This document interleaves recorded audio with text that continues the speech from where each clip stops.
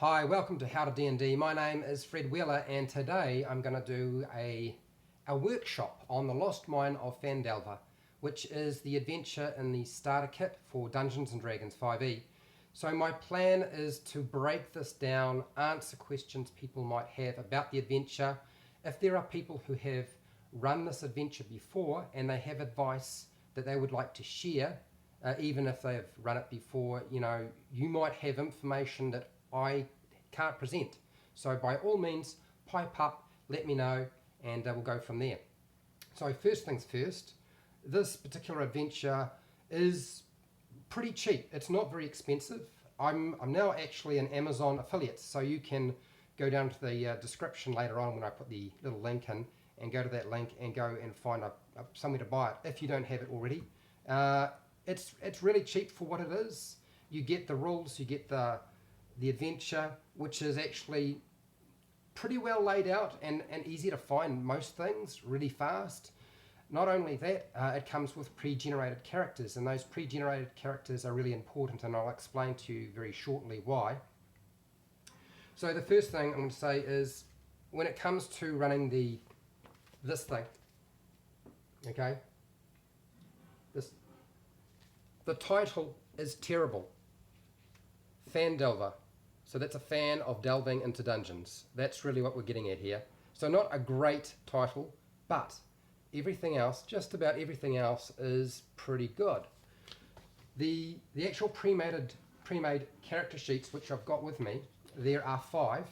One for a cleric, 2 fighters, a rogue, and a wizard. If they don't use the pre-generated characters, and they don't have to, they could create their own. That's not going to be a problem. My advice to you is get them to use the goals that are listed on the back of those pre-generated characters, because they're actually really important for linking them with the story, and probably one of the most useful things that I've seen in the early adventures, where they provided very specific key goals for each character that you could use to tie them in, and you didn't have to sort of worry about them having exactly the same reason for doing the adventure, and they didn't know when their particular goal was going to come up. So if we have a look at the cleric dwarf, its particular personal goal is basically teaching the Redbrands a lesson. Now, you don't know too much about the Redbrands at this point, or they won't, but this particular cleric would. And what I would suggest to you is go through that, take that little piece, photocopy it, cut it out, and give it to one of your players. You can actually do it randomly. You can just throw them out there and say, look, here are a few different hooks, things that you can utilize, and get them to choose which one they want. So that's an opportunity to sort of deal with the Redbrands, the cleric. That's one of those personal goals. The next one is for the fighter human noble. The fighter human noble's personal goal is to civilize Phandelver. So it's actually, Phandelver is the location, the little town that you're going to be taking your characters to, or they're going to be going to at some point. Really helpful. It's nice and broad. You can fit it in with any character, not an issue. So another really good personal goal. Next one is the fighter human folk hero, and their personal goal is to drive off the dragon. And I know that sounds terrible, but they're going to be starting off playing at level 1 through to maybe level 5, and they're dealing with a dragon. They don't need to be dealing with a dragon straight away. That's not going to be a problem. But at some point when they're ready, they can go and try and deal with the dragon. And they don't have to fight the dragon, they can try and do something else. That's the whole point of playing Dungeons & Dragons, as you go for different options. You look at your risk, and you decide on the best one based on risk. So another really good personal goal, and I highly recommend using it. The next one is the wizard, which is the high elf wizard. Personal goal is to reconsecrate the defiled altar. Now, you probably won't even know which altar it is, and you're going to have to find the altar. Once you find it, then you've got to reconsecrate it. So quite a cool little addition to any kind of adventure. These goals are awesome. Next, we have the rogue, the halfling rogue. Personal goal is get your revenge. So someone in the Redbrands is basically trying to kill you, and you've got to find them and eliminate them. There are There are a whole lot of bits and pieces in this particular goal that are a little bit confusing for players, but actually that's quite useful, because then they really shouldn't know exactly who is trying to kill them anyway. All they know is that somebody within the Redbrands is trying to kill them, so I would definitely use that. Oh my gosh, I didn't know this was on. Am I late? Okay, cool, Keg Computer, you are not late, and yes, I was supposed to advertise it, and I just didn't get time during the week, but I figured since it's going to get replayed and people can watch it later on, it's not going to be too much of an issue. I do apologise. I know that if I'm streaming, advertising streams is really helpful. Alright, so pre-generated characters. And you honestly, you don't have to force them to use the pre-generated characters. They can make their own and use those links. And if they don't want to use those links, then so be it. You'll just have to work with something else. Alright, so that's the first bit. I talked about the player goals. So one of the really important things you need to notice is that the cleric, the dwarf cleric, is actually got a relationship with the patron that they're going to get hired by, Gundren Rockseeker.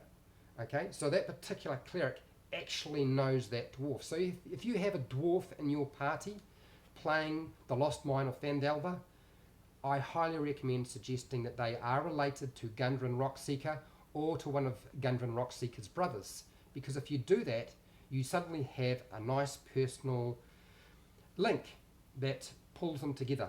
Now, with all of this great information and all this information that you've been given, there are still a few problems with how to gel the party together. My suggestion to you is make sure that it's established that the party have known each other for some time, that they are friends, and probably friends of Gundren Rockseeker. The adventure actually talks about, making sure there is some sort of link. But it isn't a lot of, it's like one sentence. It's very limited.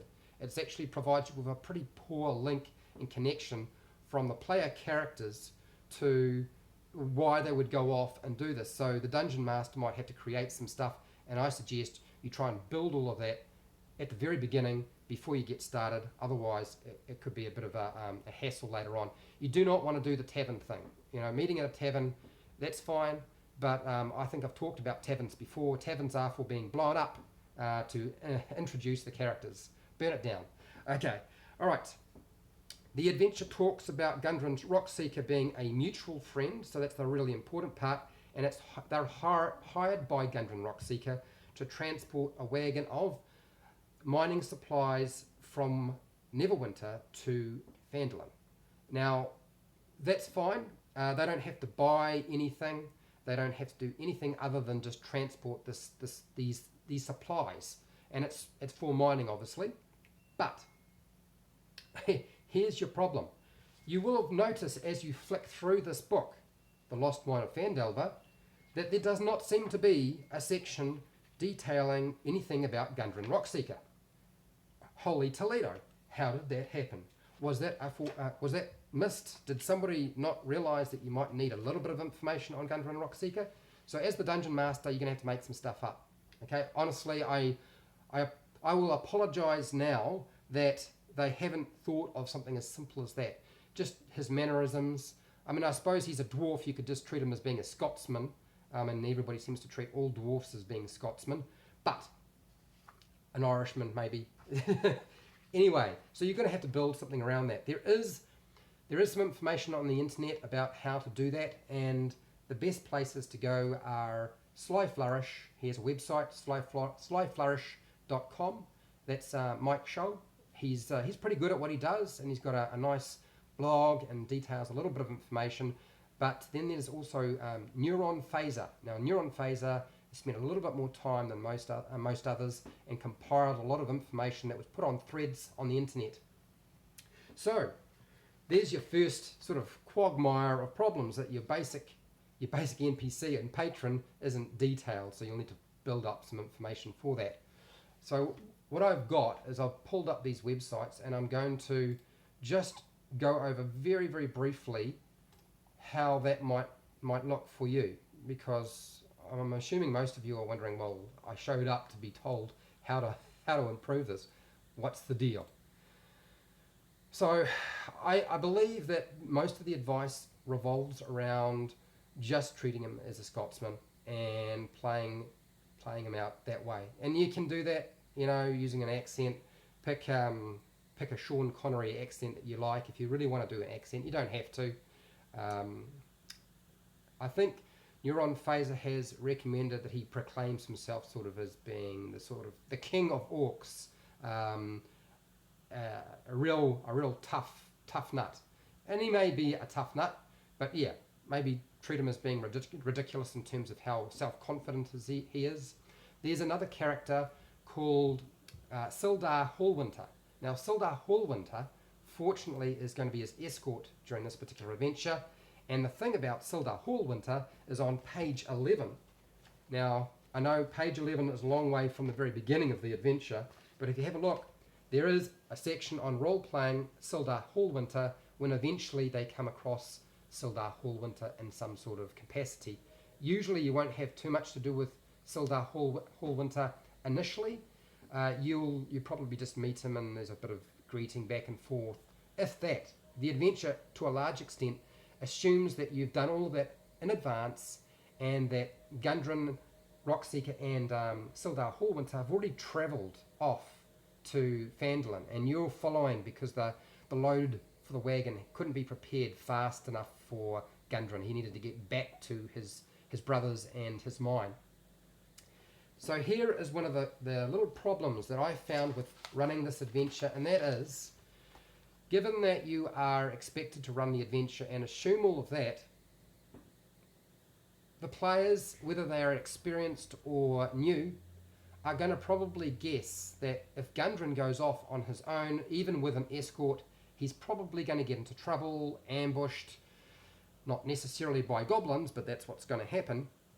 For those of you who are watching and thought this was as sort of like a workshop on playing the Lost Mine of Phandelver, it's full of spoilers, so you do not want to be watching this if you are a dungeon master, a player. Dungeon masters only, okay? So here's your problem. First of all, most players are going to figure out that this is set up. There's a setup here and that they're going to have to go and rescue Gundren. It's probably one of the worst parts of the adventure is the lead-in. And if you can forgive that, you can move on. There's a couple of ways you can play this out. You can allow them to meet Gundren Rockseeker and Sildar Hallwinter, have a chat, a discussion, and then go from there. Or you can assume they've already left and they're just picking up the wagon in the morning when it's ready. That's fine too. Now, I wouldn't block them if they decide they want to actually sort of intercede and actually have some interaction with Gundren. That's fine, not a problem. So what do you do? First of all, you just explain to them, okay, you have the meeting the night before, they have a conversation with Gundren and Sildar Hallwinter explaining what's going on and getting to know each other if you want to do that.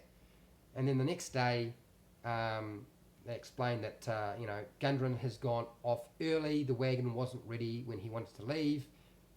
Okay, that's one way of doing it. The other one is you could allow them to follow along with Gundren. The problem with doing that is that Gundren needs to be alone, and so does Sildar Hallwinter to be ambushed by goblins.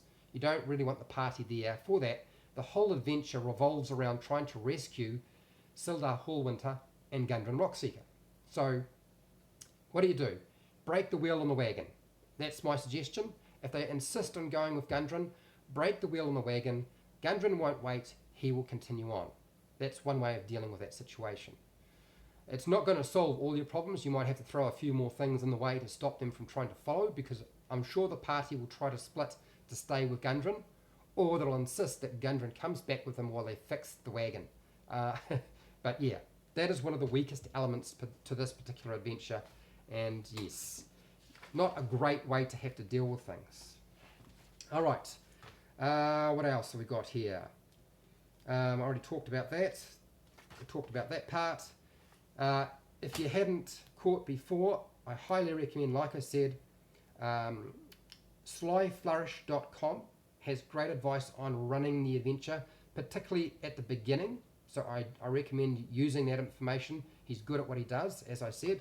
Neuron Phaser has a couple of articles or documents, and also errata, so you can see what mistakes were made during the writing of the adventure that they didn't fix. So a good place to go. It's pretty comprehensive. It won't cover absolutely everything, but it's still a good place to start.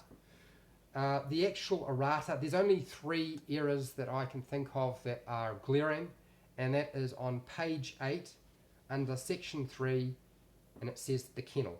And it should read, the read aloud text indicates that there are 2 wolves, but in fact there are 3 wolves. Now you could see that as being an error, and it quite possibly is an error, or you can just consider that as part of how they wanted it to be described. There are rocks there, so it's possible that only 2 of the 3 wolves were seen by the players from the edge of the cavern. That's one reason why it might have been left out. The other reason is it may simply have been left out because, or it might actually be a real error. So just one of those things that you've got to deal with. Page 8, that's where you want to look. The second one is on page 20 under section 1, and it reads the cellar. Now the read aloud text fails to mention the other door that is visible in the room, and it's on the other side of the room, and it doesn't actually mention it. So when you're giving your description, make sure to include a description of there being another door on the other side.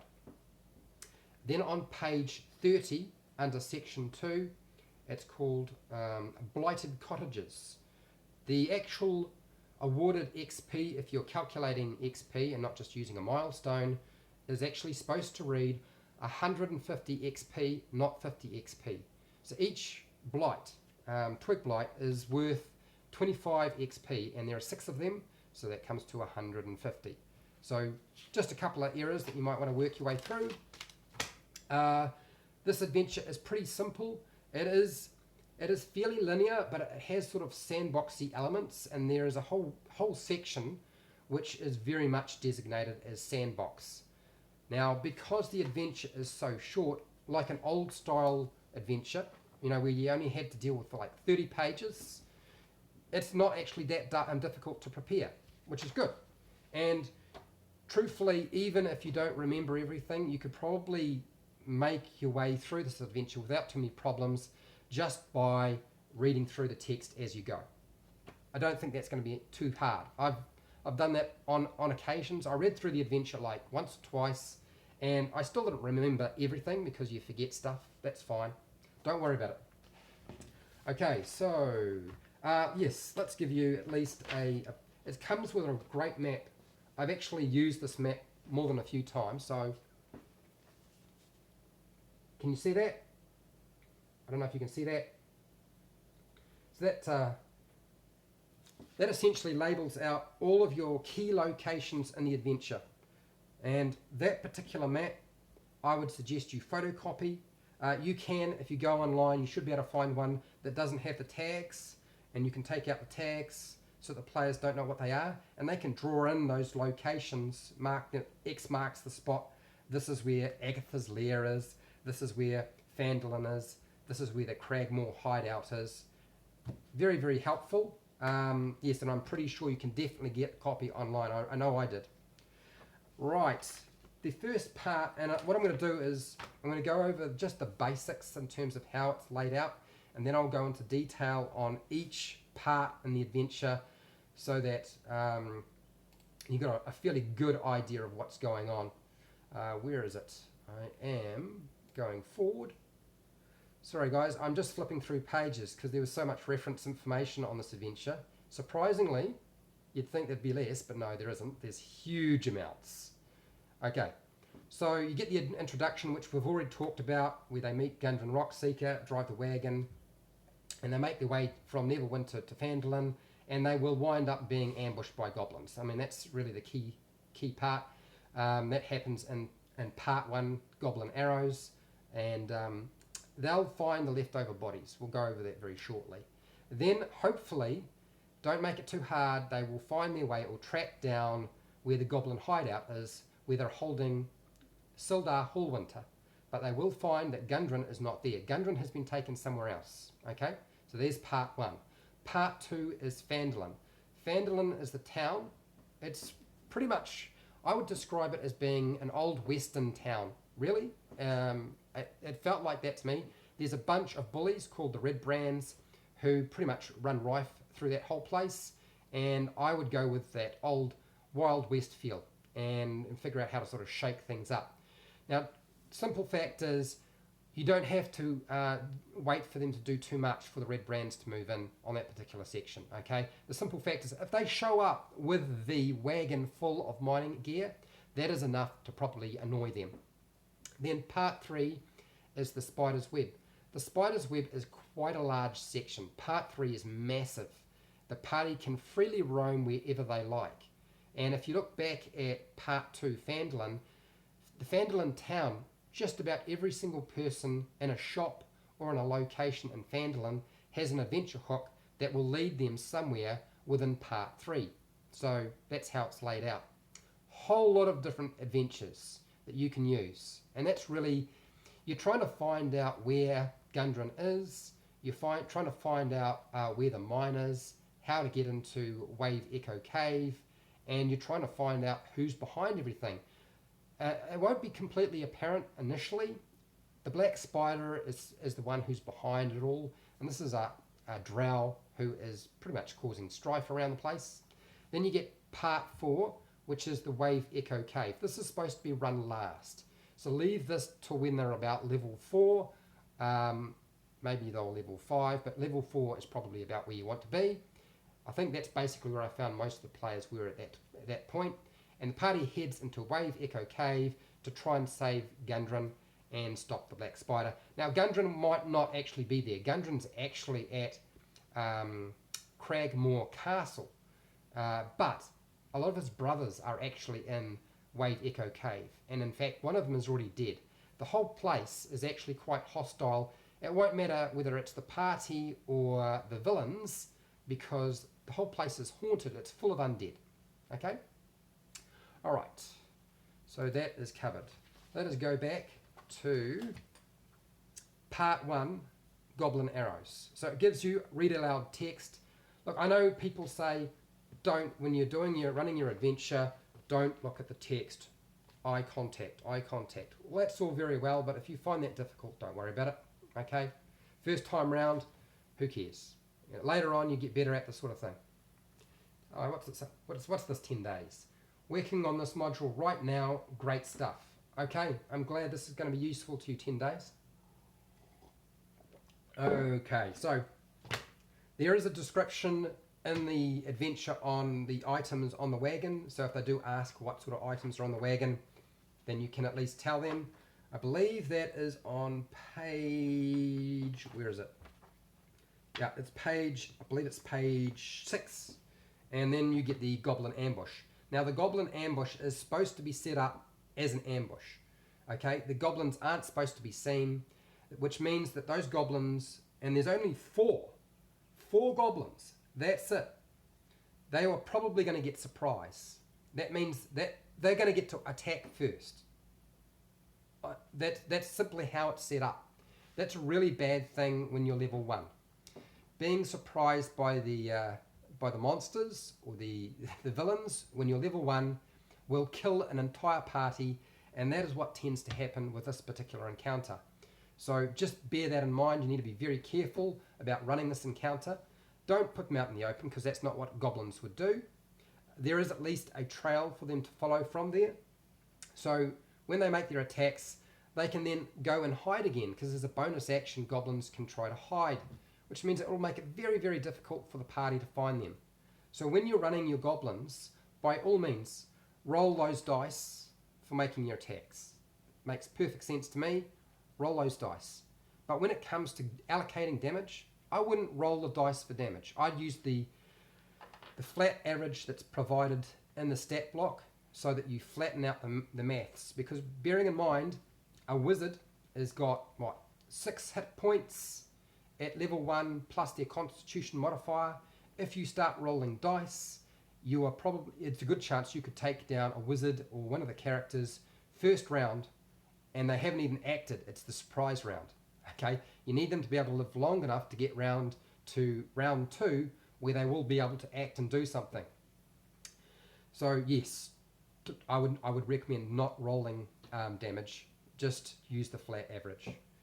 Okay, looking through here, there is some instructions on how to make a stealth check for the goblins. It's as simple as roll a 20-sided dice and add +6, and you don't have to roll a dice for all of them, the monsters or goblins. Just roll it once, and that's what you'll compare against the passive perception for your players. But you need to exclude the person who decides to go and search the dead horses and look through the saddlebag, because they are distracted. Usually if you're distracted, you don't get to make a perception check or use your passive perception, because you are obviously doing something else. You need to be paying attention, otherwise it wouldn't make any sense to use it. Alright, so Goblin Trail. The Goblin Trail is actually not that hard. It would be really helpful for the players to capture one of these goblins so they have somebody to lead them in the right direction. But the trail should not be hard to find. There should be a good smearing of blood and broken bracken, broken trees, things they can follow. Otherwise, they won't know where to go, and the most obvious thing for them is to move the carcasses of the horses off the road, push them away, and then just roll on and keep going to Phandalin, because they won't know what to do. They won't know where to go. So if you want them to move towards Cragmaw Hideout, you need to make sure that there isn't a skill check revolving around finding the trail to that hideout. Hopefully that makes sense to people. Now, I've come across more than a few dungeon masters who just let them continue on to Phandalin. They didn't follow the trail, they did make a check, and things still worked out. That was just a little bit more back to front rather than a nice linear sort of one from one point to the next. You really want to get into Phandalin before you start branching out if you can. Okay, there is a snare trap, and use the passive perception to actually see if they can detect it. If they have like a prisoner, they might decide to have the prisoner in the front, which means that that prisoner will either try to step around the trap, or you can have them. It's a goblin. Goblins aren't necessarily that smart. They might just step on the snare and get caught by it. You can do that as well. Quite funny. I think my party wound up causing the goblin that they captured so much strife, he forgot about the pit trap, fell in it, and hung himself, which sounds terrible, but it was quite funny at the time. Hi Matt, how's it going? Hopefully I am providing people with all the information they need. Look, I am going through this as quickly as I possibly can, so if there's information that you want to ask, just put them in the comments. If I skip past a section, I can always go back if I didn't provide you with information that you needed. Okay? Alright, Cragmaw Hideout.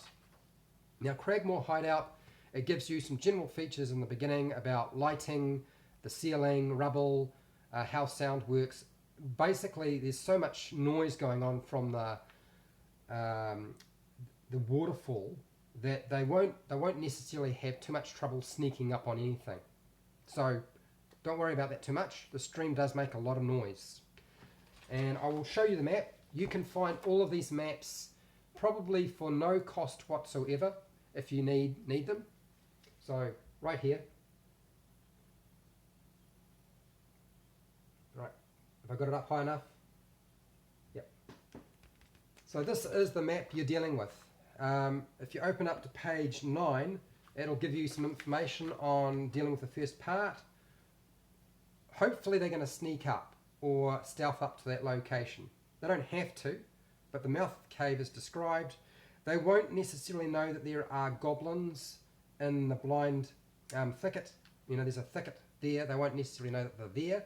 So it does require them to sort of sneak up and scope things out.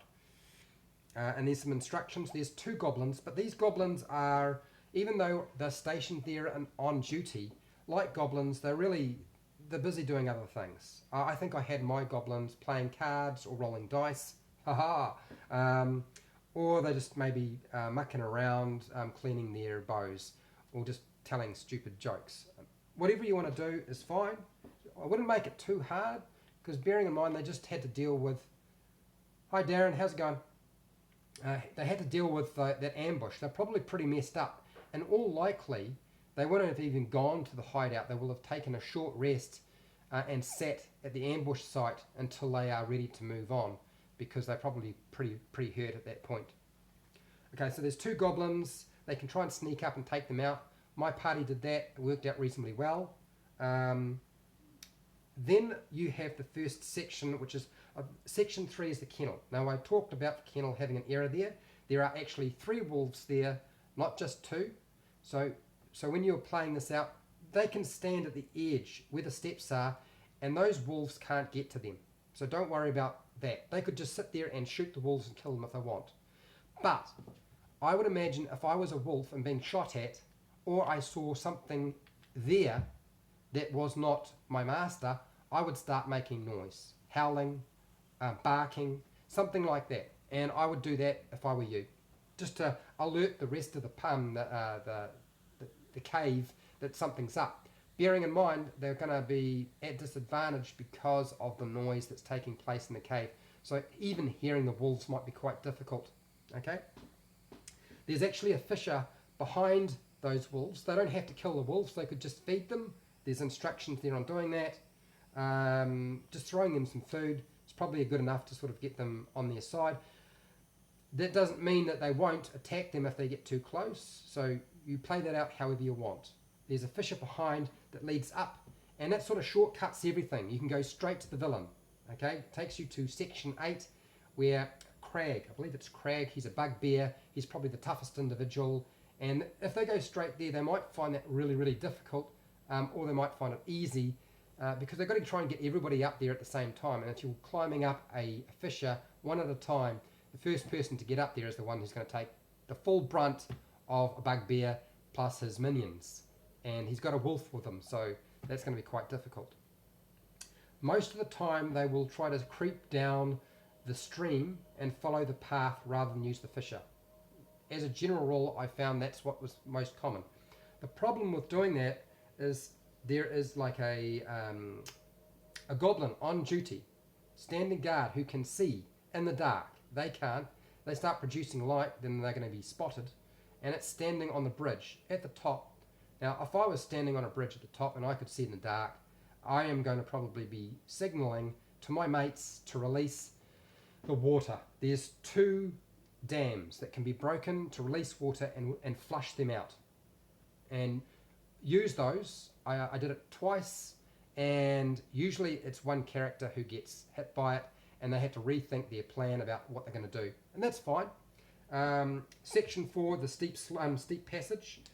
Really, it's basically just a check to sort of clamber up there using athletics. The overpass is the biggest problem. This is this bridge that I was talking about. That one goblin on there could cause them a lot of trouble.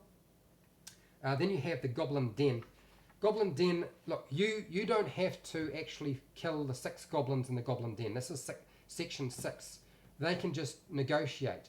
The problem with trying to attack and making that work is even if they are successful with a stealth check, which is quite possible, they've still got Sildar Hallwinter who can be dispatched. You know, one of those, probably the goblin leader, is going to try to dispatch them. One of the goblins is going to try and slit his throat if they get too close. So they've got to be very careful about how they do this.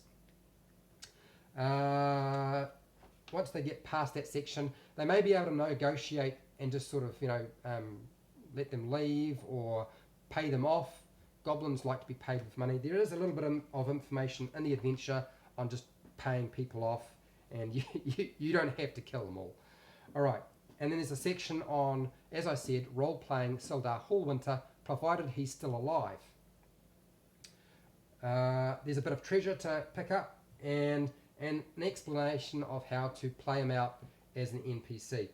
I wouldn't have Sildar Hallwinter take up too much of a role, because if you do that, you're going to find that he could easily be killed, and you might need him later on to vouch for everything. How's it going there? The room is filling up. All right. Okay, so section 7 is the Twin Pools Cave. There are 3 goblins here, and they are the ones who release the dam. So their point is not to actually get into combat. Their point is to actually hold up the party and flush them out. So don't go running them off somewhere else. they are more likely to pull back to Clark's cave, not Karg's cave, Clark's cave, and help him out, because he's a bugbear. He's already got a wolf with him called Ripper, and he's got 2 goblins. Held for review. This message is held for review. Oh, okay.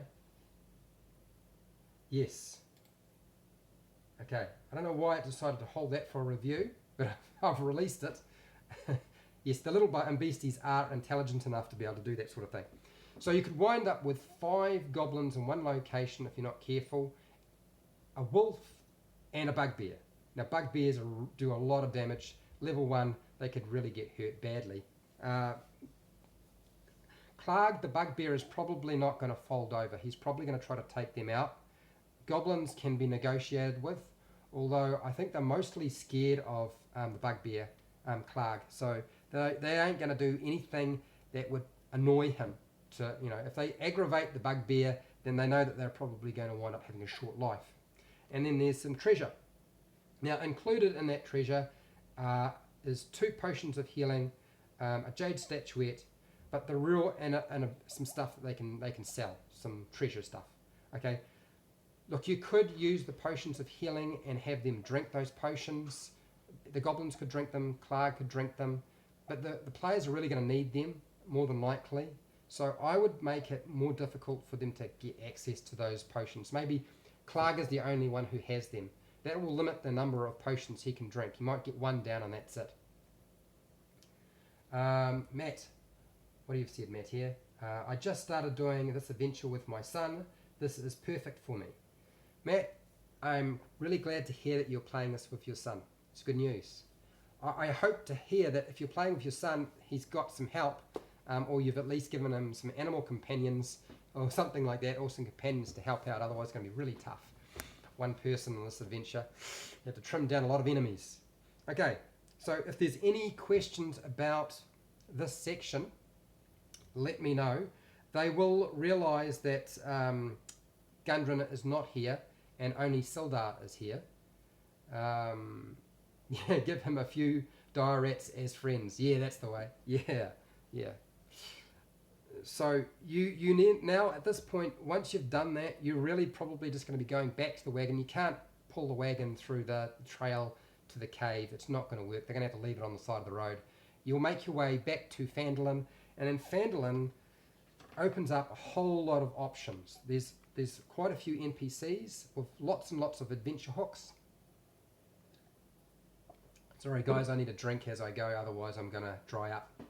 Alright, so the first thing is you want to drop off that wagon, or they're going to drop off that wagon at Barthen's Provisions, and they get paid 50 gold, and then there's an opportunity for them to have a nice long rest if they haven't already done that, which I suspect they probably have because they're level 1.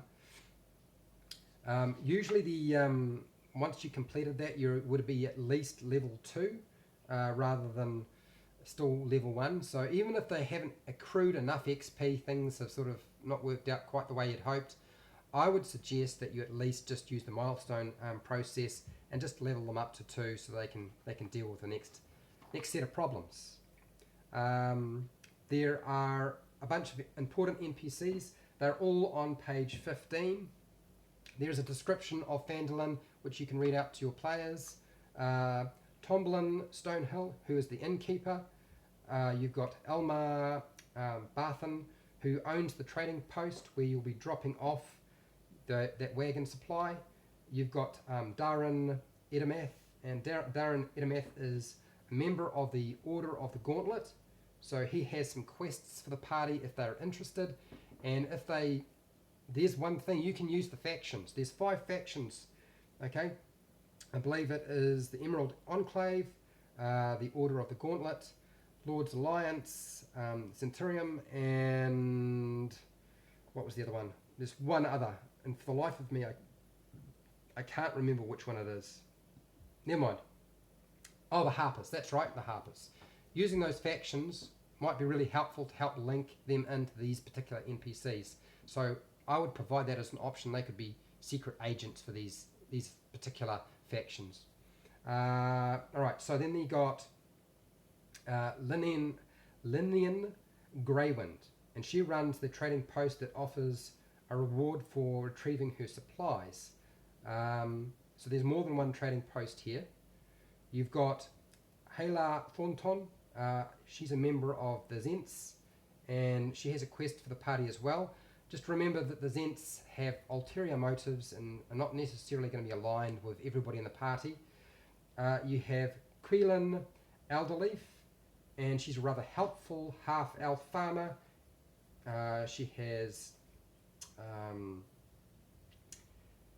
She basically knows a secret way into the Redbrand Hideout, and you wanna sort of play on that, because that could be very helpful. If they can get in there secretly, that changes everything. Although you get an anticlimactic result by having them find that hideout secret passage. If they wind up entering in through the back door, it can sort of throw things a little bit. Sister Galen, she's like the elf cleric and she's basically a Harper agent.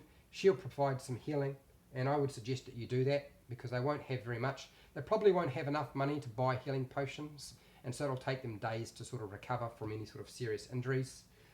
You've got Harbin Wester, that's the town master of Phandalin, and here's also a quest that you can do. It's not a very easy one though. And then Sildar Hallwinter is a member of the Alliance, and hopefully they've rescued him and he's alive, and he will vouch for them. And you can roleplay these NPCs as indicated in that section, or however you want. I'd make it your own. There's a section on describing each location, so the Stonehill Inn and some rumours, and that would be probably the first place you want to take them. Take them somewhere where they can actually gain some information. Plenty of hooks and rumours, and you don't have to provide all of them straight away. You can just provide some of them. Bantha's provisions. Once you drop off those supplies, she also has some information, and she can also provide you with some. She has some bad news. So I found that there's like half a page for each location and each NPC, and that in itself is a whole adventure in itself, and that could take them anywhere.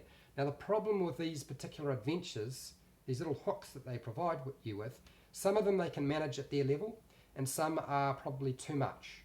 And as I said before, just dropping off the provisions with dropping off that wagon of provisions is probably enough to indicate to the Redbrands that this party is worth driving out of town. They might be a problem. They changed the way that the structure of their power base is going to work.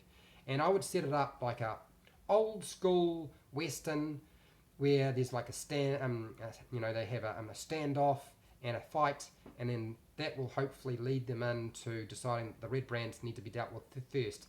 If you can get them from the Cragmaw Hideout to Phandalin and then doing the Redbrand Hideout, that'll probably work for you much better than just having them go off in any direction they decide to go in based on the NPCs they talked to. Okay, next we have the Phandalin Mine Exchange. There is a job offer there.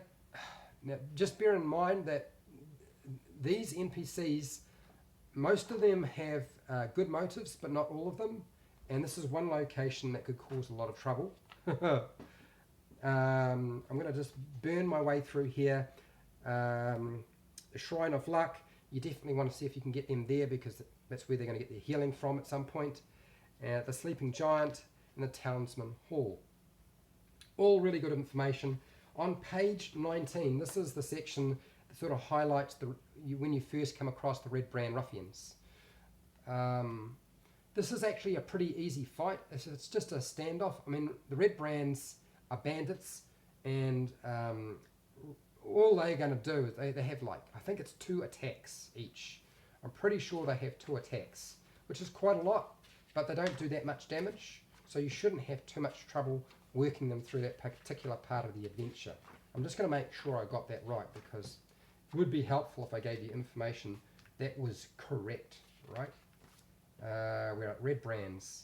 Yeah, they have multi-attacks. They get 2 attacks, but they only have short swords, so they can't make ranged attacks. So if the party starts shooting them at range, that at least gives them a slight advantage.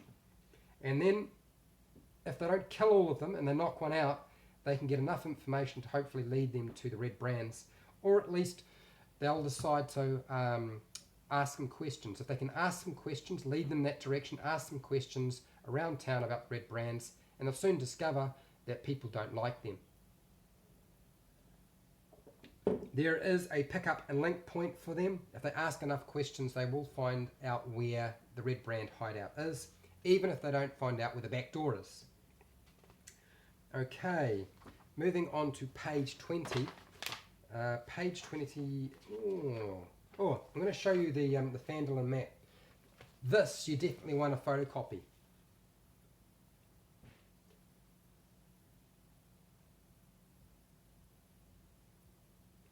There's nothing on there that is going to give them information they shouldn't have. Okay, by all means, give them that map. It's worth it. Next. Page 20 was the Redbrand Hideout. I'll show you the map quickly. You can find these maps without the markings on them or the labels if you want to, and you could just print it out and then sort of cover it with a piece of paper and reveal what you want, or you could just draw it yourself. I like to draw maps, so I drew most of my stuff as I went, but you don't want to. If you don't want to do that, you don't have to. And I'll show you that map quickly, so you've got a basic idea of what I'm talking about.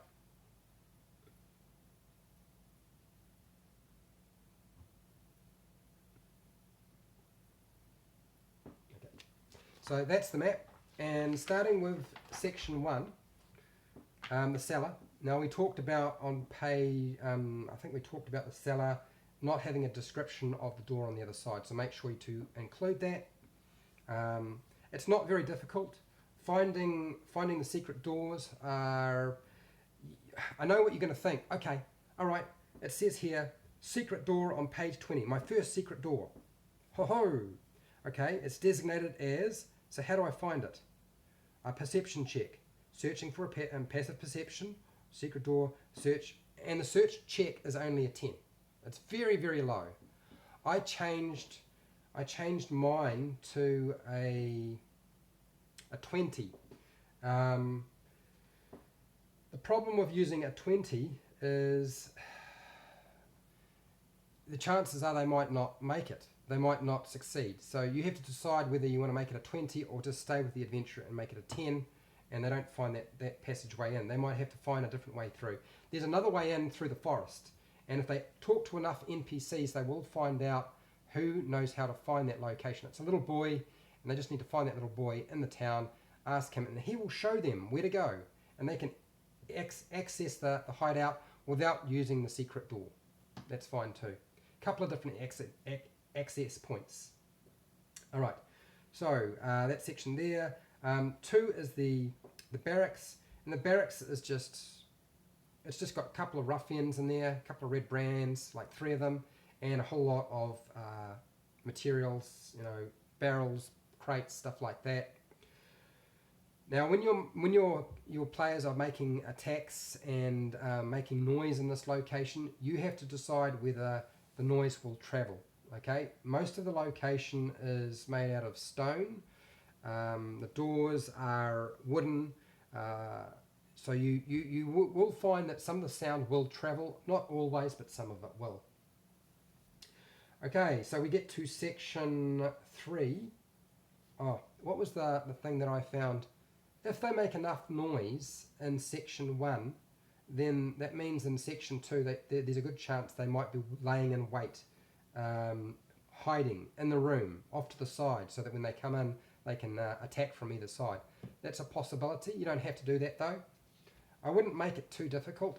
I think the point of this adventure is to sort of lead them in gently, and you up your tactics with them as they get used to playing the game. Alright, section 3 is the trapped hall. So the trapped hall is, well, truthfully, they're not going to access that particular location straight away. They may, but not necessarily. It has a trap on it, which can do quite a lot of damage. to anybody who sort of stands on it. It's £100, so most characters will set that off. Just wearing their armour and carrying their stuff, most characters are going to be, you know, at least £55 if they're really small. If they're bigger, they're going to be close to 100 already. So anything else they're carrying with them is going to cause the trap to be activated. There is a DC 15 perception check required for that, and an opportunity to try to get out of the way. But 2d6 bludgeoning damage and falling prone is pretty rough, particularly since they're probably only level 2. Section 4 is the crypts. There are 3 skeletons here, and they're not really bright. Skeletons aren't usually very bright, so they're just going to make their attacks. They probably won't be running off and alerting the bandits. They probably won't go and tell the Redbrands, oh gosh, guess what? Somebody's come in. So it's up to you how you do this. But I wouldn't bother. I think it's just let them fight them, take them out, and it's all over. Section 5, there are 2 Redbrand ruffians in Section 5. There's a cellar door which you can try and force open with a strength check of 22. And there's some captives. And this is where things get more interesting, because you want them to at least get the captives free. It's a side quest. It's Miranar's heirloom, and basically she's offered a reward. So if they can get hold of the emerald necklace that's in that location, that'll help quite a lot. So I would encourage them to do that. And there are 3 human commoners who have been imprisoned here, and it's her 2 teenage children. One is 13 years old, the other is 8 years old, and Miranar is she's essentially been held there. Look, these Redbrands have been capturing and holding townsfolk for a while now. These are just one of their current victims, okay? Section 6 is the armory. Unfortunately, it won't hold magic items, so if the players were thinking to get magic items, it's not going to be the case. But I would make sure that they can use and pick up these weapons here, because one, it's cheap. There's access to 6 short swords, which most characters can use, 12 spears, 4 long swords, really helpful, nice and versatile as a weapon, light crossbows, and some quivers and some bolts. So a nice cache, even if it isn't magical weapons. Section 7 is the storeroom and work area, and there's a description and some treasure. No monsters, so really helpful. Section 8 is a bit more dangerous. There is a guardian in this crevice, okay? There's some dead bodies, but there's a Northic. This thing has like one eye. I've got a picture of it. And I wouldn't go into a battle with them. I don't think the Northic is going to decide to attack them and try and kill them, because if there's like 3 or 4 of them, or even 5 of them or more, it's still outnumbered. It will probably get butchered pretty quickly. It's probably going to get into some sort of negotiation with them, provided they can understand what it's saying. That would be the way that I would play it out. Use it as a role play rather than a combat.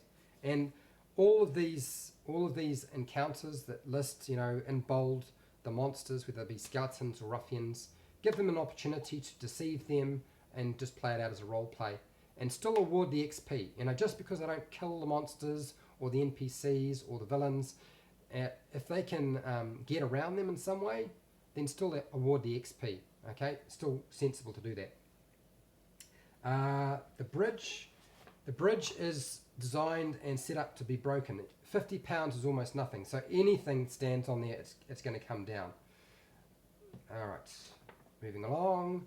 Section 9 is the guards' barracks, and there are 3 bugbears and 1 goblin. And you'll probably find that this is going to be really difficult for level 2s.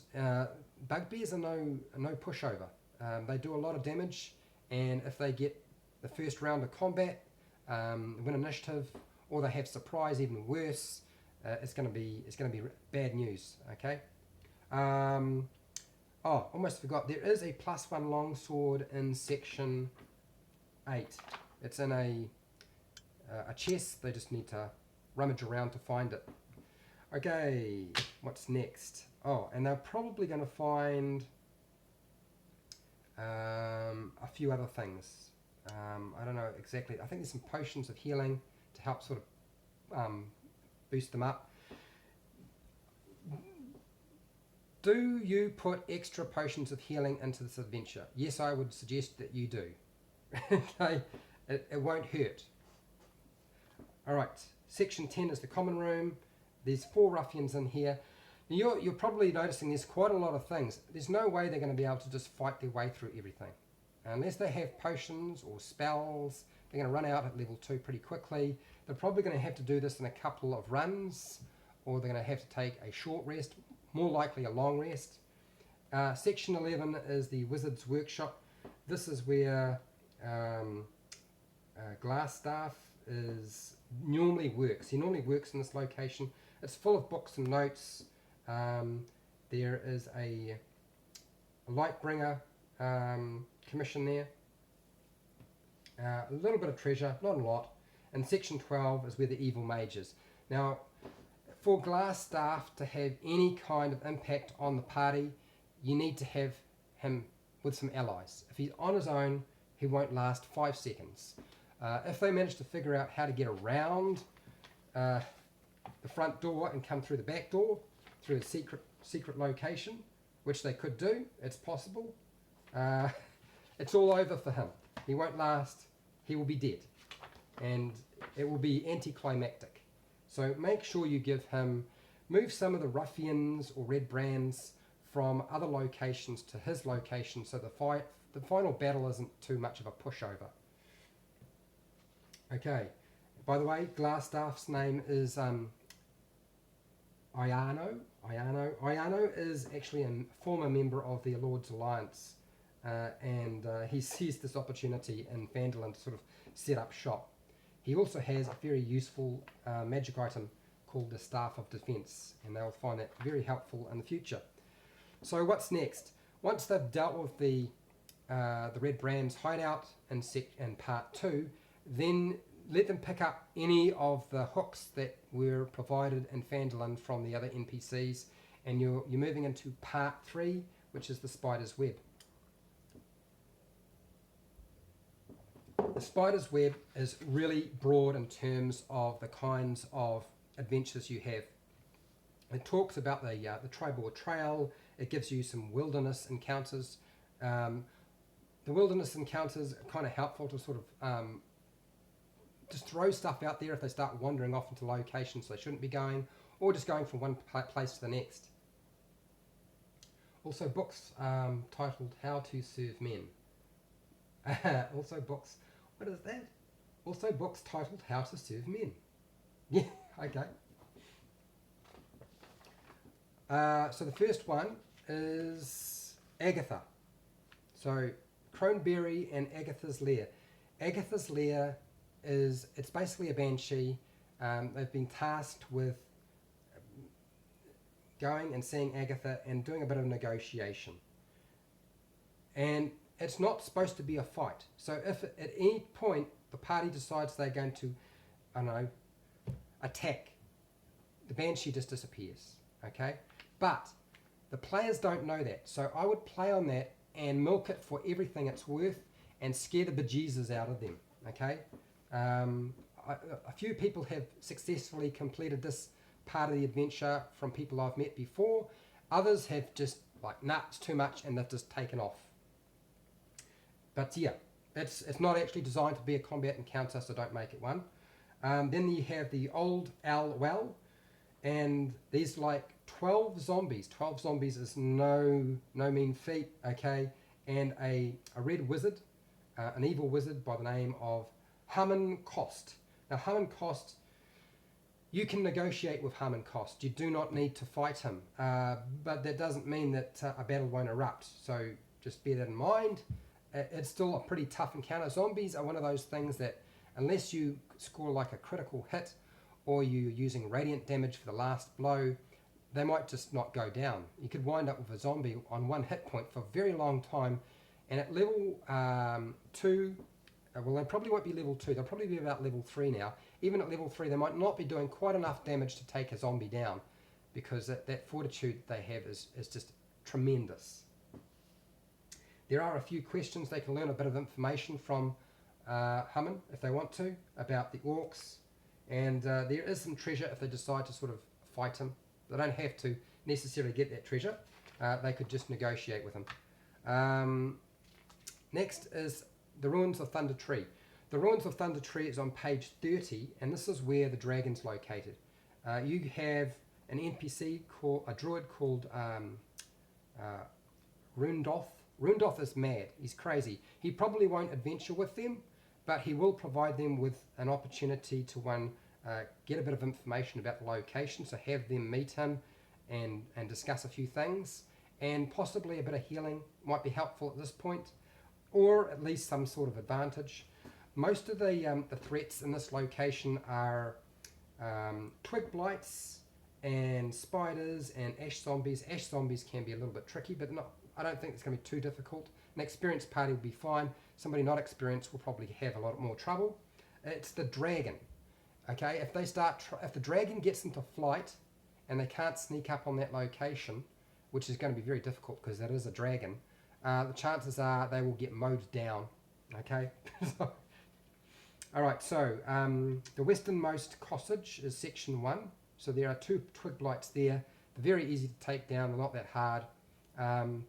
The blighted cottage, which we talked about before, in terms of the XP not being correct, you need to make sure you pump it up to 150 XP for completing and defeating or dealing with the 6 twig blights that are there. There's a bit of treasure as well. Section 3, which is the brown horse, which is just basically it. All of these places are ruined locations, okay? There are 4 ash zombies, and it does detail how they work. They work a little bit differently to normal zombies. They're a little bit more brutal, if you ask me. Section 4 is the Druid's Watch, and this is where Rudolph, he goes here when he's visiting Thunder Tree. He's not always hanging around Thunder Tree because it would be silly. He's the one who puts the sign up, says, beware, do not come, okay, danger, plant monsters and zombies, turn back now. So, yeah. Section 5 is the Blighted Farmhouse. There's about 8 twig zombies. As I said, you won't have too many problems. I tend to bring in waves of things. You know, when you start getting more than 6 villains or monsters at one time, it's nice to sort of break it up and use waves of monsters, so you don't have to control too much or keep a track of too many things. Section 6 has it's the ruined store. There's a couple of giant spiders there and a webbed area.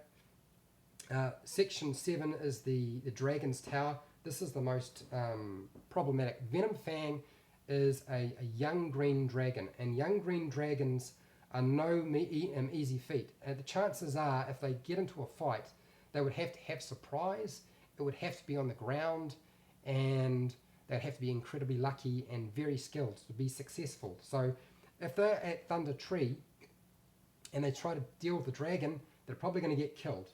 Okay, Venom Fang is there to extend his influence. So he's not necessarily going to be, and he's not stupid. You know, he might be a young green dragon, but he isn't completely stupid. So Venom Fang is someone you can have them interact and talk to, but if he gets into the ear, it's probably all over. I think I spent, when I was playing this section, about 2 hours with my group just running through the forest trying to escape him. And I think we eventually took him out, but only by just sheer dumb luck and the fact that I had a monk. All right, I was running. He chased me, I just kept running. Okay. All right, section 8 is the Old Smith. There's 2 ash zombies there. Section 9 is the herbalist's shop. And there's a town square section. I'm not going to go over that, it's pretty simple. The Old Garrison, there are 5 ash zombies there. Section 12 is the Weaven's Cottage, which has 6 twig blights. And the the cultists, the cult of the dragon, their cultists are hanging out. They're trying to negotiate with the dragon, and they're at section 3. You could get them to go and talk to the dragon. I want to spend a bit more time on the dragon for this section, because that's really one of the best parts of this adventure, right, is the dragon.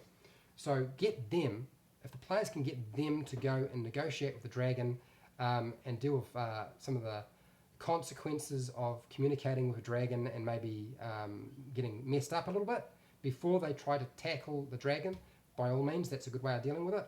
One of the players will probably have a personal goal, which is to defeat the dragon. So yeah, somebody's probably going to want to fight it. Just bear that in mind. It doesn't give you a huge amount of information on how to roleplay Venom Fang, so that's really up to you. But just don't make them stupid. You know, dragons don't just sit on the ground and fight. They'll fly and breathe. Fly and breathe. That's how they usually work. All right, next section is section of Waven Tor. I think it's Waven Tor. Waven Tor is basically where the orcs hang out. It's on page 35. There's quite a few of them. Now, the problem with orcs is they can move really fast, and they usually have great axes. What's this here? Sorry, I've missed something. I hate it when dragons are just stuck to the ground. Yeah, no, you don't want a dragon on the ground. Get it in the air, fly it round. Yeah. Those things on the ground are called drakes, not dragons. Okay, so Woven Tor, the orc camp, one of the toughest locations I came across. A couple of groups just made it through. I had a bunch who actually got captured. They got almost wiped out completely, and the DM decided to have them captured, and then we had another party go and rescue them. So that can work out if you're willing to do that. But yeah, when you have as many as like six orcs and one ogre, that's a lot. So yeah. And they move fast. They do a lot of damage. Okay, Cragmaw Castle is one of my favourite locations. It is where Gundren is being held, and it starts on page 35. It details everything. This location is awesome. I might not have shown you some maps for the other encounters I was talking about, because they're not provided. You just expected to either draw up your own map or just use theatre of the mind and describe it. Okay, there's not a lot of information. But Cragmaw Castle, here's the map. Here we go. You can get this off the internet without the labels, okay? Just have a look around, you'll find it. So, section 1 is the castle entrance. If they go through the castle entrance, it's not going to go very well, because there's traps set up as soon as they step into section 2 in the trapped hallway, okay? And if that trap goes off, that will tend to alert the monsters in other locations. Now you can have those monsters move into section 2, or you can have them set up an ambush in the room that they're in, which is often what I did, which meant that I had surprise on the players, or you can have them move into those locations too. It's up to you. The Archer's Post. Now that's section 3. There are 2 goblins, so stepping up the front door is never a good idea. There's supposed to be a forest that surrounds this castle, so it's much smarter for them to try and go around, check out the back door. I think somebody decided to knock on one of the doors in on the outside of this castle, near section 10, which is, what is it called? It's the postern gate, and just got nailed out in the open.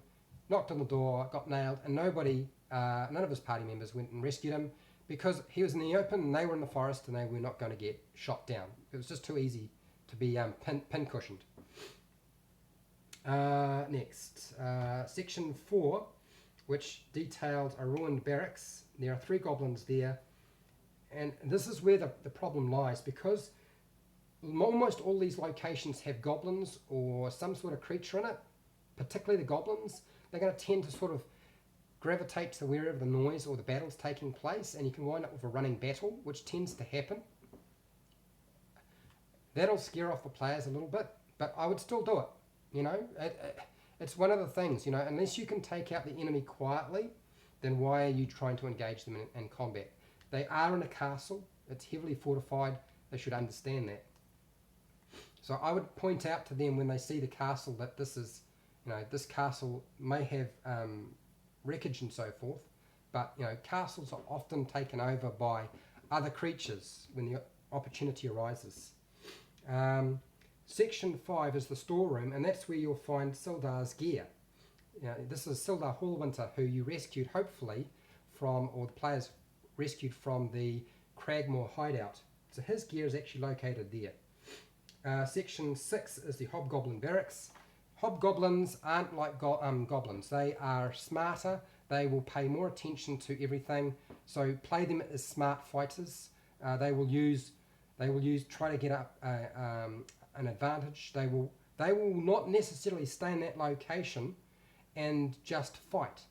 They may in fact do a withdraw, you know, just disengage and withdraw and move into other locations in the castle and get more allies so they can bolster their numbers. If they can get access to a few more goblins and some of the other minions or creatures that reside in that location, that could be very helpful to them. So that's what they would do. I don't think that they would just go straight for a frontal attack when they get found. Section 7 is the banquet hall. There's a couple of goblins in there, about 7 I believe, and one rather fat contemptuous one called Ying. There's information on Ying. He's a cook, right?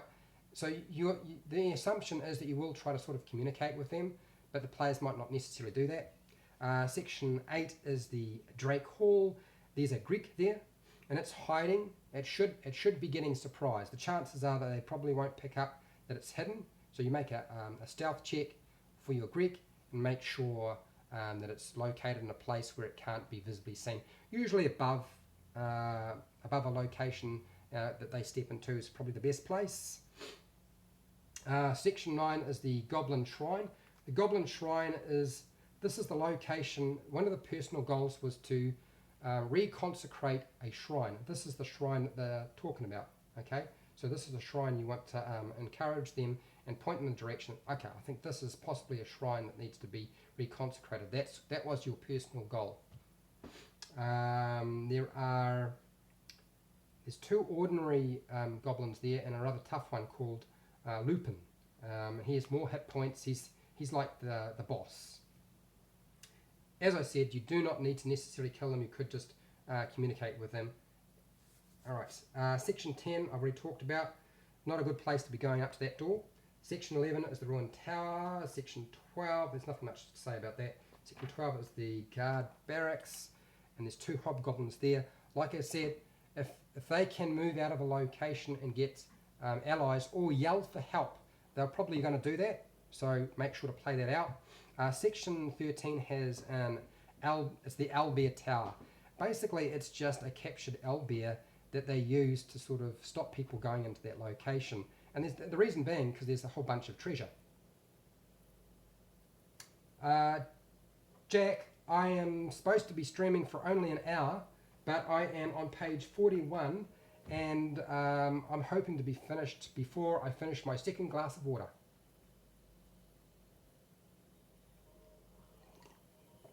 You don't have audio. I was told that the sound was all right. So, yeah. I'll be here for a little bit longer, not too much longer though. Okay. So, section 13, and then section 14 is the King's Quarter. Now, this is where King Groll, who is a bugbear, he's the one who lords it over all the goblins, the hobgoblins. He's the one who runs this place. He's quite tough. He has an ally in the form of a wolf called Snarl, very original, and there's a doppelganger, a female doppelganger disguised as a person by the name of Verenith. She has a message from the Black Spider for King Groll, so the chances are that Groll will probably fight to the death. He's got the advantage. You can watch it Ask for proper questions, anything. Okay, that's fine. Sorry about that, Jack. Hey, look, if there are questions that you have on the adventure, just write them in to the comment section right now, okay, or after the stream, and I'll do my best to answer those questions. That's the best I can do, I'm sorry. Now, the problem with this location is Gundren is here, and that doppelganger will probably use Gundren as leverage and try to kill him if the fight is not going their way. And I would imagine the first thing you want to do is have the doppelganger grab Gundren and threaten them, okay, to get them to back off so that they will leave him alone and King Groll. Okay, that's how I would play it out. You play it out as a standoff, and then the players do what they do. And if they decide that they're not going to worry about it and Gundren gets killed, then so be it, and you lose Gundren. Okay.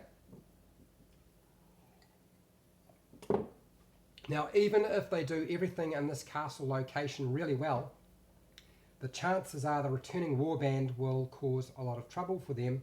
Now, you don't have to use the returning warband. It's up to you. I used it, and I think it was a good idea. But it is still a whole bunch of hobgoblins, and hobgoblins are really tough. You know, they've got higher armor class, more hit points, and they've got some wolves with them as well. But you don't necessarily have to fight them. There is an opportunity, yet again, to negotiate with Targor Bloodsword. Negotiate with him, because if Groll is dead, he will like to take over and be quite happy to let them go and just, you know, reside in Cragmaw Castle and make that his particular hideout. He won't have an issue with that. Okay, so what's next? That is all of part 3. Then we're on to part 4, which is Wave Echo Cave. Wave Echo Cave was probably a big disappointment to me and my players. They were expecting a lot more. By now it actually states they should be about level 4. And when they got there at level 4, things were just too easy. You know, there's information on wandering monsters which you can use, but all that's going to do is just push their level up. There's information on the ceilings, the doors, the walls, stuff like that. Key locations. I'll show you the map very, very quickly. It's quite a large one.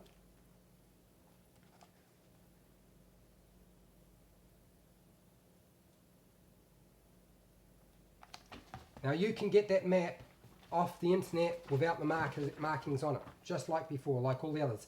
You do not have to go and pay for it, okay? I know there's a place where you can, but you don't have to do that. Honestly, it's not necessary. All right, so going through this.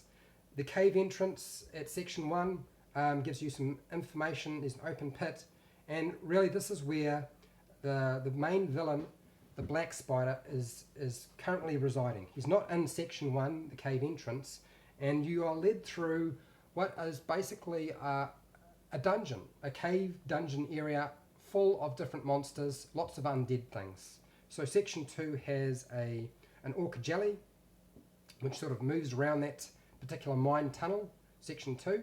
Section 3 is the old entrance. There's 10 sturges.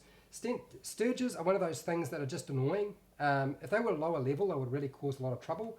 What you want to do is, if you've got 10 sturges, you can probably get about 9 of them situated around one character and have them attached. And that'll be quite a lot of fun. Then you've got to get the players. The players are going to have to start either attacking the little sturges attached to that player, or they're going to have to sort of pull them off. They're kind of like bat-like creatures that are also like a mosquito, like an overlarge mosquito. Section 4 is the old guard room, and there's like 9 skeletons here. Basically, they just fight till destroyed. There's nothing too complicated about them, and not even a remotely interesting encounter, if you ask me.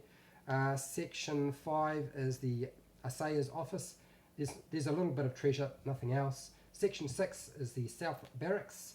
There are 3 ghouls here, and they're not going to negotiate with nobody. They're going to just attack, okay? That's just how the ghouls are. Section 7 is the ruined storeroom.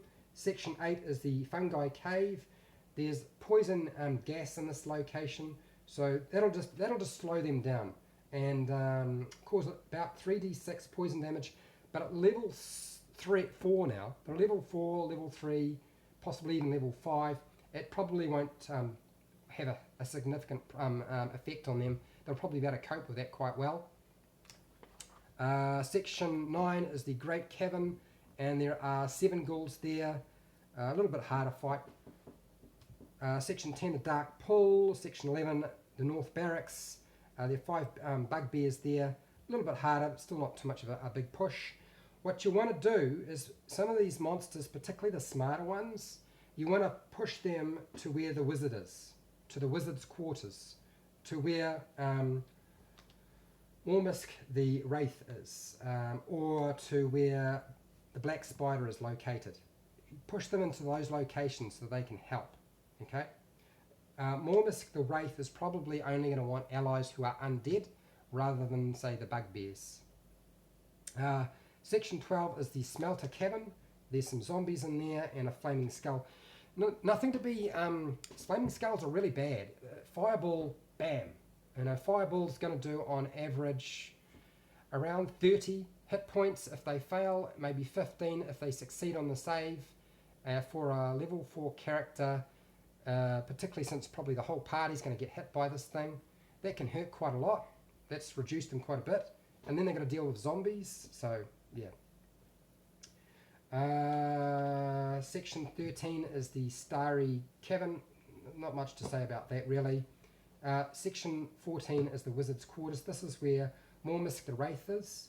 You don't have to fight Mormisk. You can just communicate and talk. He's willing to communicate. He's a powerful, or was a powerful mage. He's willing to negotiate with the party, so I would roleplay him. And they have actually given you, it's like 3 paragraphs of information on how to roleplay Mormisk. So there's a reason why they did that. Okay, you don't have to fight. What's to say? The Bard tries to use Banjo on zombies. It is super effective. Really? I can't imagine that the Banjo would really work on zombies, but hey, whatever works. If it's funny, I'd do it. There's some treasure in that location as well. Section 15 is the Forge of Spells, and there's a Spectre here. Now this Spectre is completely mad, and there's an opportunity to communicate with that Spectre, get a bit of information from him, but he's also, like I said, he's mad, so he may start off being friendly and then turn sour on them, and that's how I would play it. That's up to you. There's treasure there as well. There's the Lightbringer. There's like a +1 mace to be picked up, and the Dragon Guard, which is a +1 breastplate. Really helpful. I'm sure the party will like to get those items. Section 16 is the Booming Cavern. Nothing much to say about that, it just makes noise. Section 17 is the Old Streambed. Section 18 is the Collapsed Cavern. There are 3 bugbears here and a doppelganger named Vulkar. I think it's Vulkar. He's sort of supervising the operations there. You do not necessarily have to kill them, but they are probably more loyal to the Black Spider. Most of the villains that are bugbears or doppelgangers are going to be more on the side of the Black Spider. Okay, they are probably not going to turn on him compared to in other places within the adventure. All right, so then you get section 19 was the Temple of Domination, Dominthon. The Temple of Dominthon, God. Alright. This is where Nesnar the Black Spider is, and he has 4 giant spiders with him, and there's also a doppelganger who may have retreated to that location. I found when I ran this adventure at level 4, they just crushed it really fast. I would pick up a few more enemies. You know, make it a little bit a bit harder. Otherwise, it's going to be a pushover. And this is supposed to be the finale of your entire build-up through this adventure. Was the Black Spider. This is supposed to be the finale. Otherwise, that dragon fight is going to be the finale, and you don't really want that to happen. I mean, it's good if it's a fun fight and it's challenging the players. But really, Nesnar the Black Spider is supposed to be the main climax. So throw in a few more enemies, make it a little bit harder, and you know what you can do is you can use what you've got there And as the spiders get knocked off, you know, once the spider goes down, you have another spider come in, you know. And if things are sort of starting to turn a bit bad, then you can have them run away. Easy peasy. That's the easiest way I could say about trying to make sure your encounter is climactic without killing off the party accidentally. But you can play that out as you wish.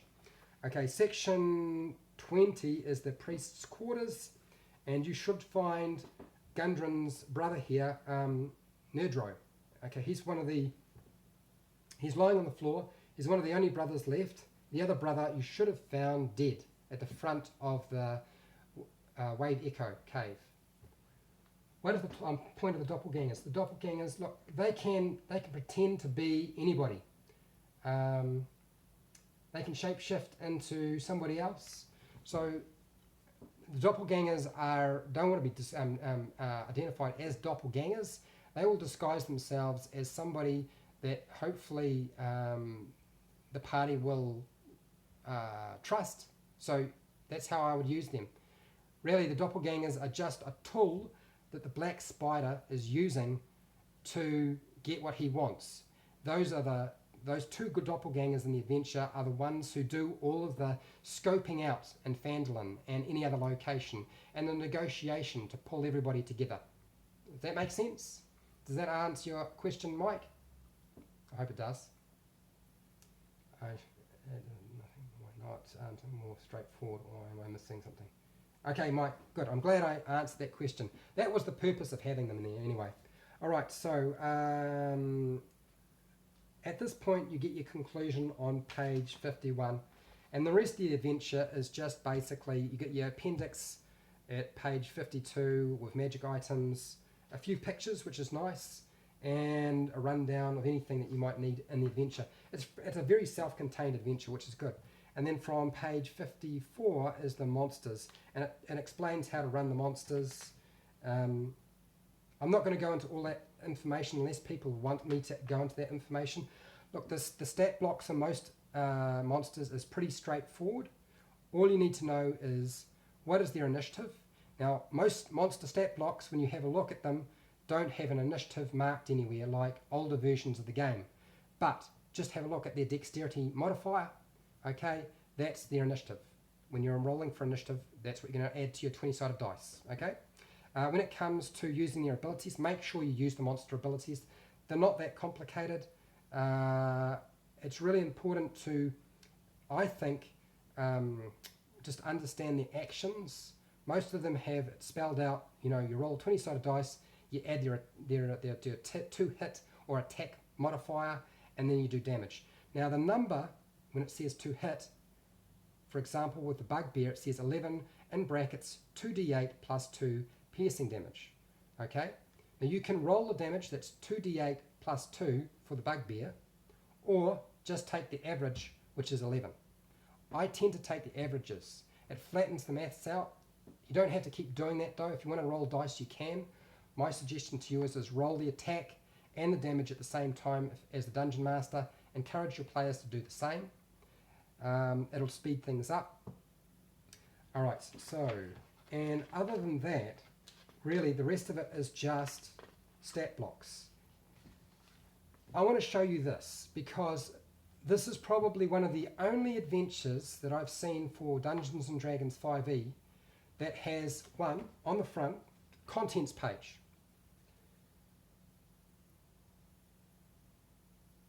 Okay. Right here. The contents page is not on the inside, it's on the front. I love this. But what's more important, you need an index. And the index is on the back.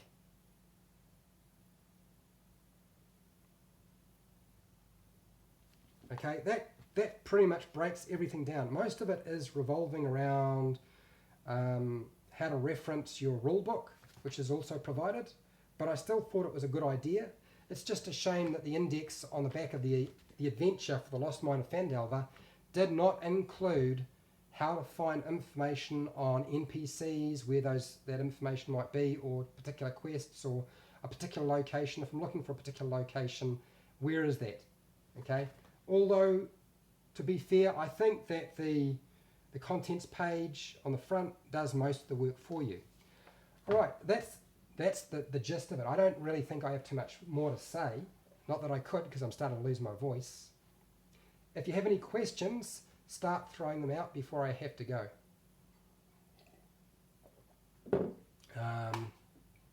I will just check, make sure that I covered everything that Sly Flourish was talking about. You can start the players at level 2. You don't have to start at level 1. Level 1 is pretty brutal. And he also has a kit, a D&D kit. Lots of extra tools that you can utilize if you want. What else? Neurophaser, I believe he covers the basics. I don't want to go into too much detail. I think I've gone through so much already. It really just comes down to what you guys want to know. I imagine that this will probably be one of the few videos that I've done that goes into this sort of stuff. I'd like to think that other people would, but that's not necessarily going to be the case. Yeah, they really don't have any more information than I can share. All the rest of the stuff is stuff that I have provided and based on my own experience. You are welcome for the live stream. I'm so glad I've finished. We're now into 2 hours. This is the problem when I say 1 hour, it turns into 2 hours. Yeah, I got no idea of what timing is. Anyway, I'm going to just hang around just for a little bit more. Just a few more minutes just to make sure there's no more questions that people have. But even if you didn't get a chance to ask a question during the live stream, when I post it up and it's available, you can put in comments and I will answer questions specifically about different parts in the Lost Mine of Phandelver. That's fine. I don't mind doing that. That's all right. Okay. Going to ditch that. Oh, I'm stiff now. Okay. Whew. I closed all the windows to keep the sound down from outside. It's summer, so now I have birds and crickets and people with chainsaws and... Yep. As the DM, if you have questions about the Lost Mine of Phandelver, yeah, no, as players, I'm not going to give you information. You find out from your DM as you play it. And all the bard for a monster and bard. Did you ever catch the player's characters and haul the bard off for a monster and bard fun time? Oh my gosh. I have no idea. Sounds really strange. Okay, look, I think I'm going to wrap it up. It doesn't look like there's too many questions coming through. Hopefully that was enough information for people who wanted information on the Lost Mine of Phandelver. I'm going to say this because I haven't said it for a while I can. If you found this video helpful or informative, please share, like and subscribe if you haven't done so already. I will do more workshops of this nature. Okay, I'm going to do Horde of the Dragon Queen, probably not next weekend because I'm shooting with John Shackle, and we're going to do miniature review, a book review, and a whole lot more player tactic videos, possibly even some monster tactics, because he's not just a player, he's also a dungeon master, and he's got a lot of experience that I can utilize. But the following week, like 2 weeks from now, I'll probably do Horde of the Dragon Queen. Then I want to do a review on the Frozen Castle before I wind up eventually doing a workshop on how to run the Rise of Tiamat. So that's Horde of the Dragon Queen will get a workshop. The Frozen Castle will get a workshop at some point, and the Rise of Tiamat will get a workshop. And hopefully by then I will have finished up with the Curse of Strahd, and I can do a workshop on the Curse of Strahd as well. Yeah, well that's the plan. So if you have any questions, put them in the comments. And as I said, I am now apparently an Amazon affiliate, and you can buy the Dungeons & Dragons starter set from my affiliate link that will be in the description once I put it in there. And till next time, keep rolling those 20s.